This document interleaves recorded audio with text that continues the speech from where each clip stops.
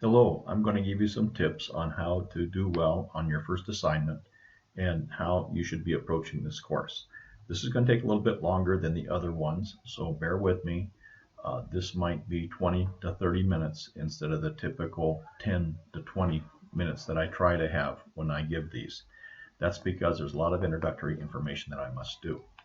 The first thing we should think of is, what is your goal for this course? Do you want to learn things, or do you just want to have a grade? Do you just want to get by, or do you want to be prepared for your certification exams? And do you want to be prepared for your first day of school when you're teaching? If you are teaching now, do you want to be a better teacher? If you do, you're going to read the chapter, maybe twice. If you read a section of the chapter of the textbook and you don't understand it completely, read it again. It's very important that you have a full and rich understanding of all the content. There's much more to this book and to being a teacher than what I can tell you in these brief videos. And the questions I'm asking are not as comprehensive as I would like. I would love to be able to give you a 200 question midterm exam, a 200 question final exam, where you would have to tell me your understanding or show me your understanding of the content of this book. And I would like you to do many more assignments than you're going to be doing for this class. 5 weeks is very little time. It's actually smaller than 5 weeks when you consider the first 2 days, not much happens, and the last couple days, not that much happens either. Okay, Chapter 1, Standards and Content in Schools. The assignment for this one is going to be the discussion forum. Now let's look at the rubric and take a look here, and what I'm looking at for on this, notice that the focus prompt is completely and clearly addressed for all the points. To get a lower grade prompt is clearly addressed, so not as completely and not as completely addressed. In other words, you're doing short, you're not giving me very much, you're focusing on something very narrow.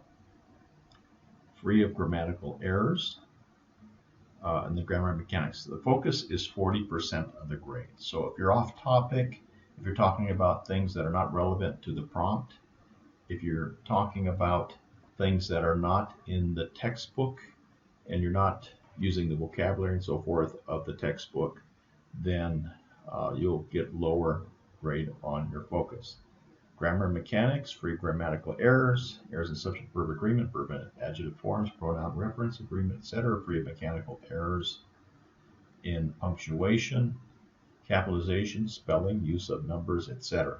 So get your grammar. If you have grammar errors, or if you tend to have grammar errors, take it to the writing center, get it done early enough so that you can have an appointment at the grammar center so that you can, or the writing center, so you can get that fixed.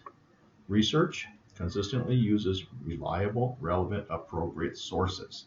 In other words, I allow you to use a source from the internet, but it must be a .org. It cannot be a .com. I don't want to have commercial websites. You might like them, you might use them, but the .orgs are probably okay, not very much. I don't, not as good as things you'll find in the library. So make sure you have good, relevant sources that are credible, not just something that some graduate student wrote 10 years ago. Consistently correctly cite sources both in text and parenthetically. Unfailing uses appropriate documentation style, APA. And so your reference styles.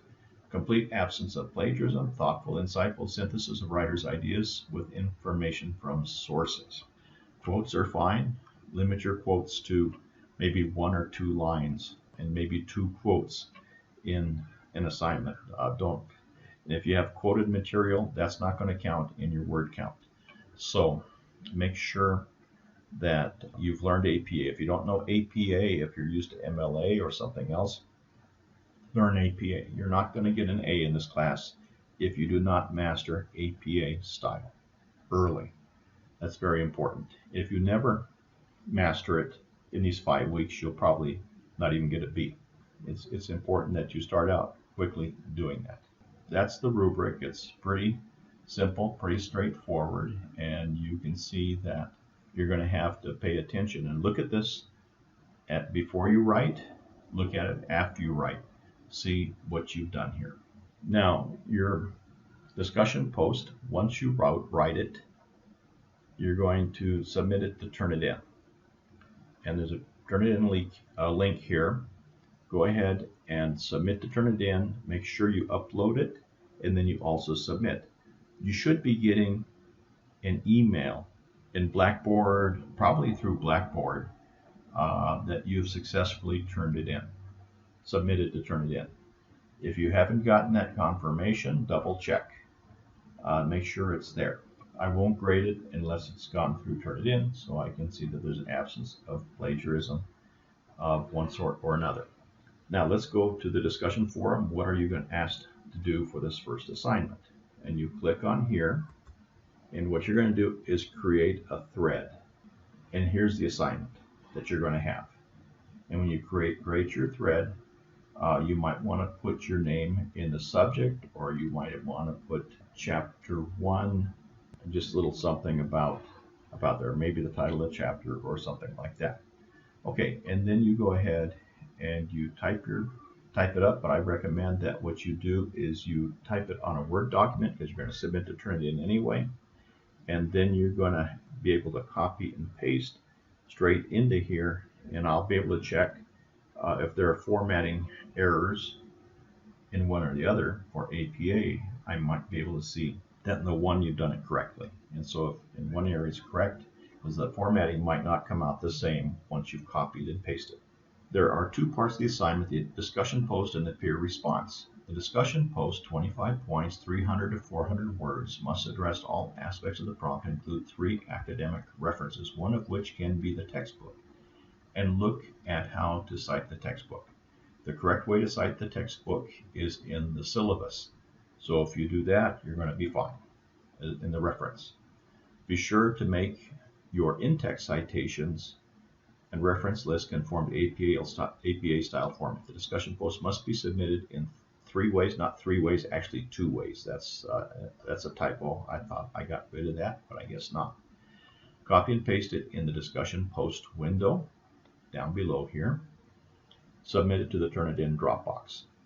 The submissions will not take much time, and it will assure that formatting will not be lost when you copy and paste.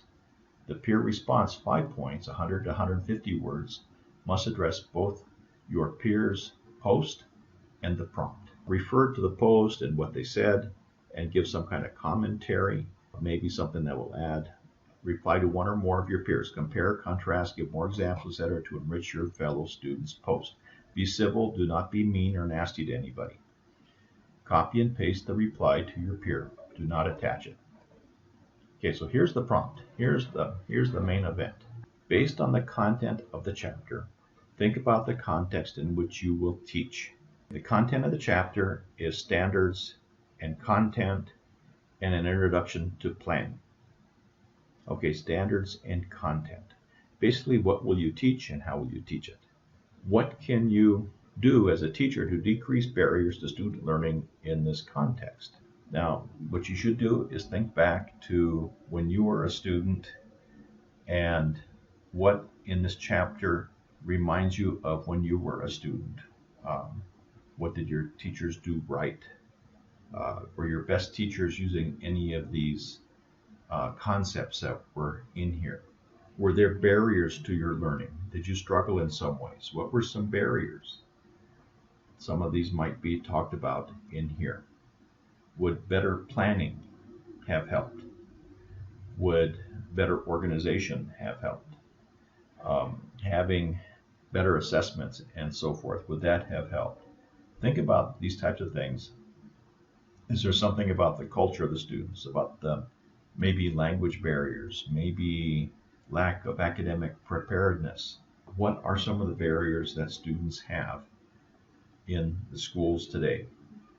So, how can you as the teacher decrease barriers to student learning? Don't just tell me what they are, but how are you, the teacher, based on the content of this chapter and the other things you read related to the chapter, because you have to find 2 more academic references besides this chapter. So you're going to go to the library a lot and do some searching online. Hopefully you're doing both to really nail each of these assignments. Okay, so what can you do as a teacher to decrease barriers to student learning in this context? And I look forward to what you're going to write.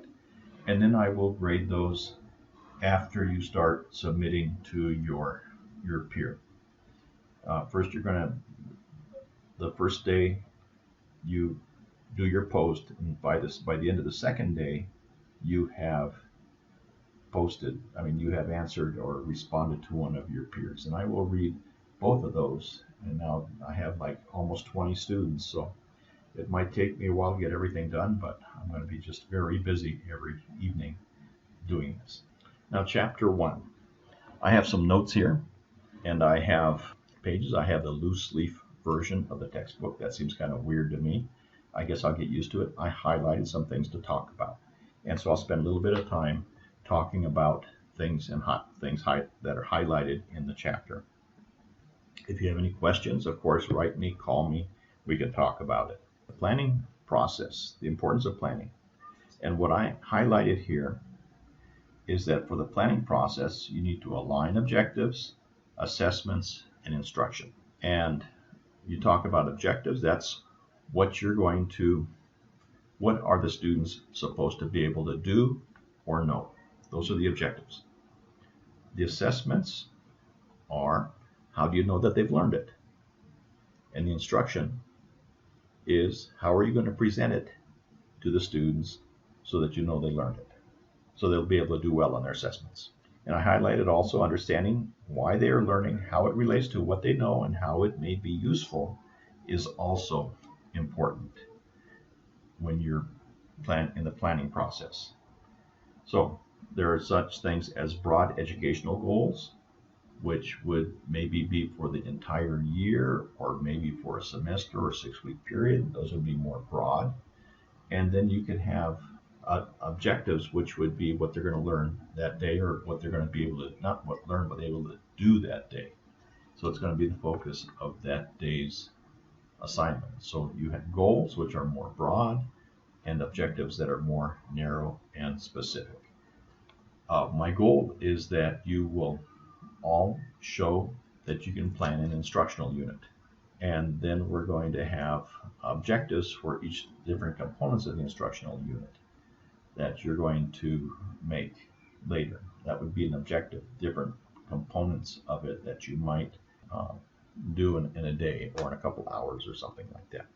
All these things need to be aligned. It talks about, well, let's look how learning happens, the next section. So if you're following along in your textbook, and maybe you've highlighted the same things I have, maybe you haven't.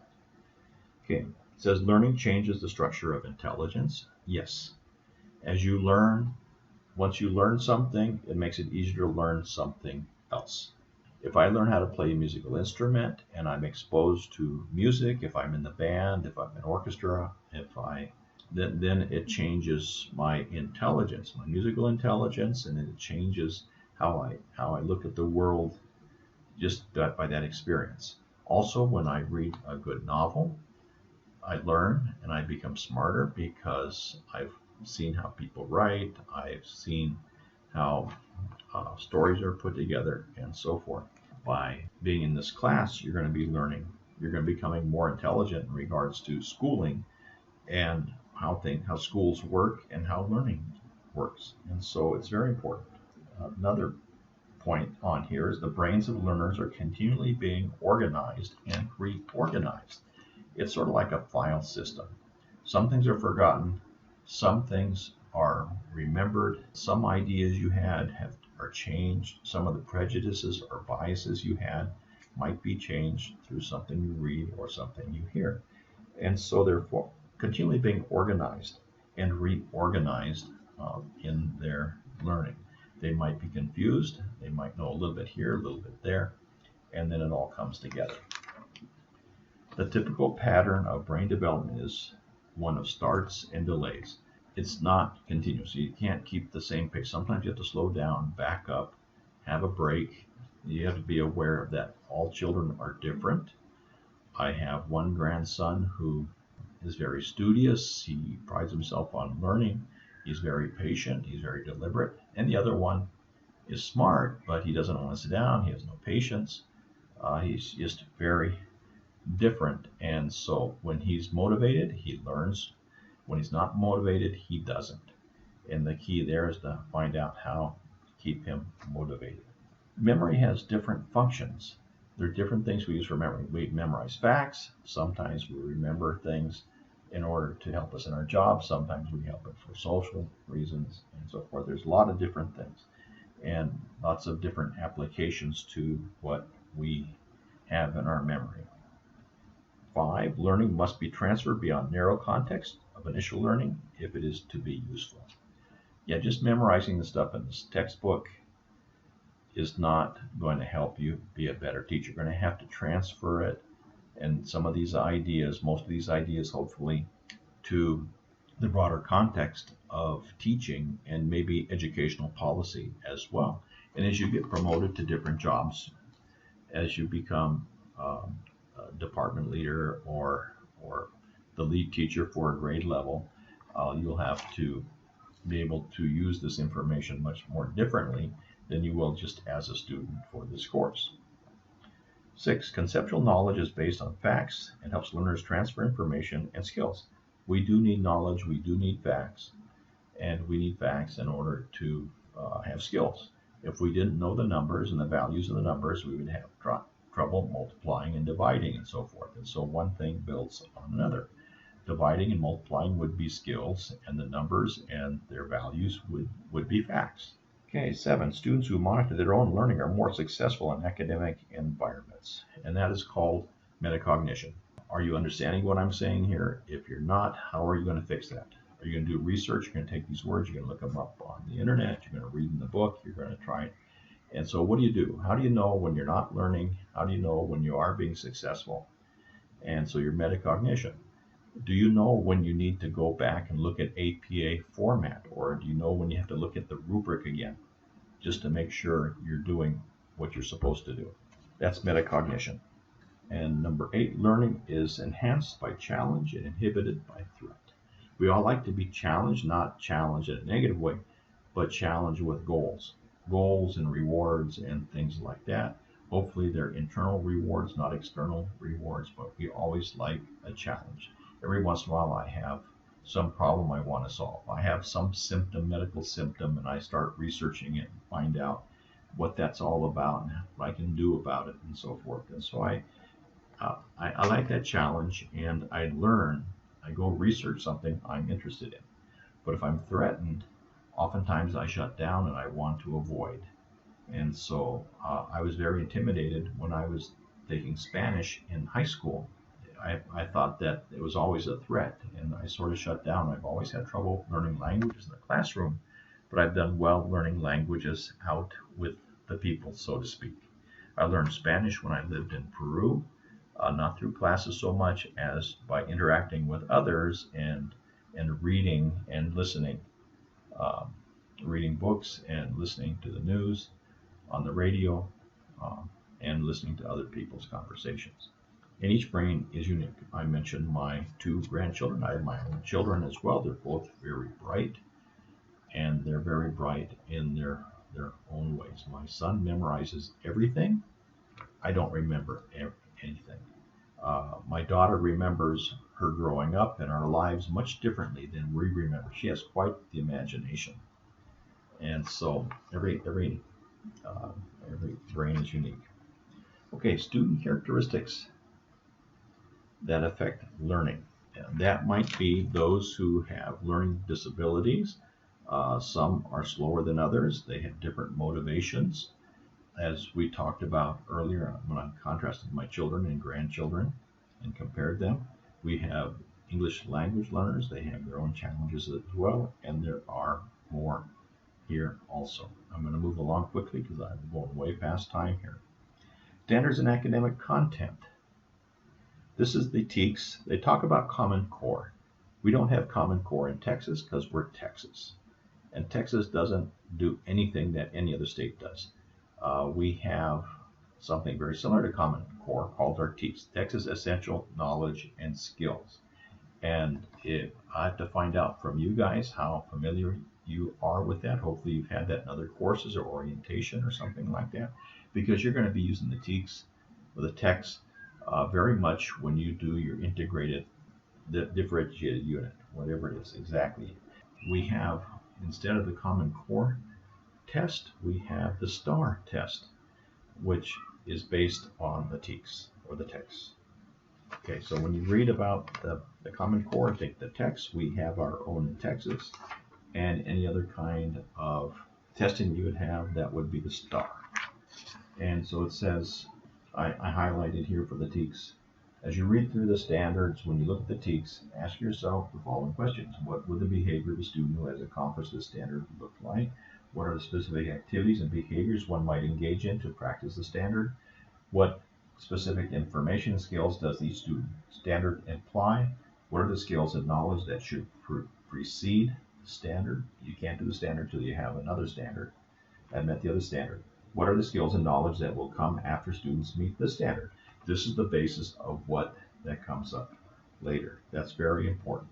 And so you need to study your TEKS for the grade level and the content area that you're teaching. If it's art, it's very easy. It's like one page. If you're doing language arts or reading, it'll be like 30 pages.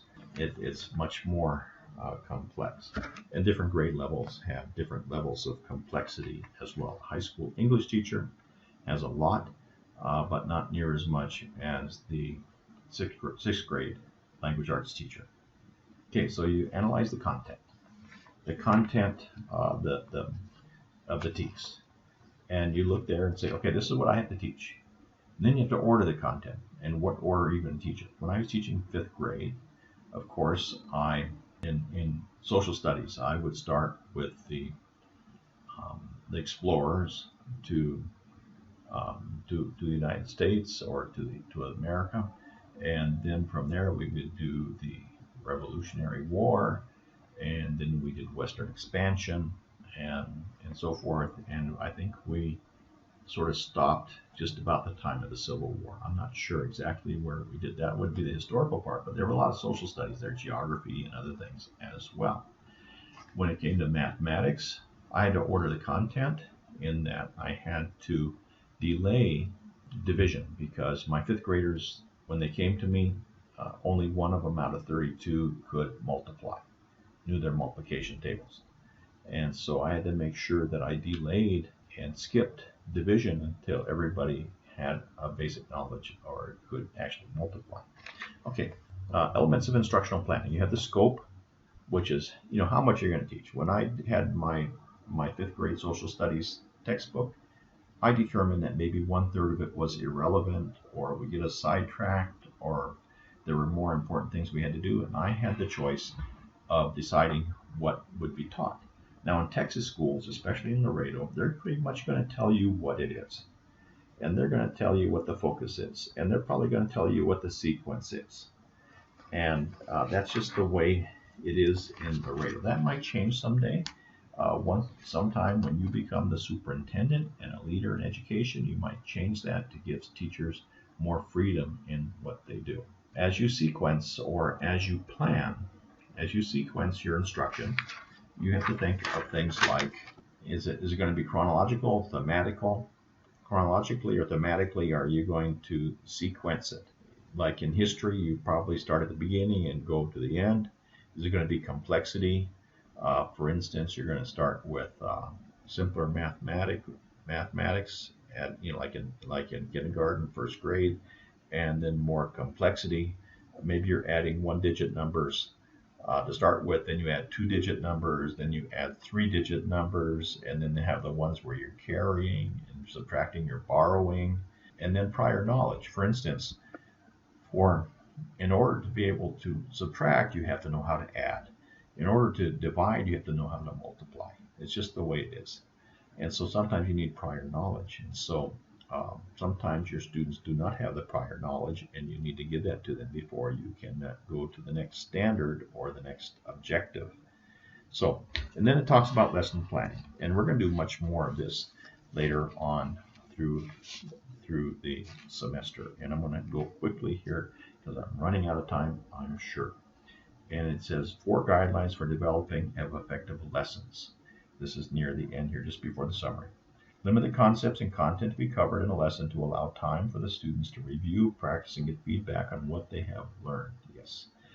One thing, you always want to do too much. This is formative assessment that occurs during instruction, allows both the teacher and student to make mid-lesson correction towards student learning. I hope we have more on formative assessment because it's very important. Be sure that new material is connected to what has been learned previously and that the connections are clear. Number 3, check frequently with students to ensure that they are acquiring intended knowledge, attitudes, and skills. Continue to gather formative information. Be prepared to alter your plans to reteach if the learning is not taking place or if the students seem to be disengaged. Know your students, work with them. It's going to be really hard as far as a lot of work for you because you have students at all levels. You have them at very high levels, you have them at very low levels, you have those with special needs as well, and you have to sort of balance that. That's why teachers get paid so much, and they do. Never accept students' failure to learn as inevitable or unavoidable. Never give up. You give up, never give up. Even the last day of school, you're still trying to get through to that one kid who refuses to learn. Keep in mind that the error is inevitable in learning and merely points the way in teaching. So, yeah, you're going to make mistakes, but we learn from our mistakes and we move on. You don't dwell on them. You plan on never making that mistake again. So, if you have any questions about this, please let me know. I know this was pretty long. Hopefully, they'll be a little shorter in the future.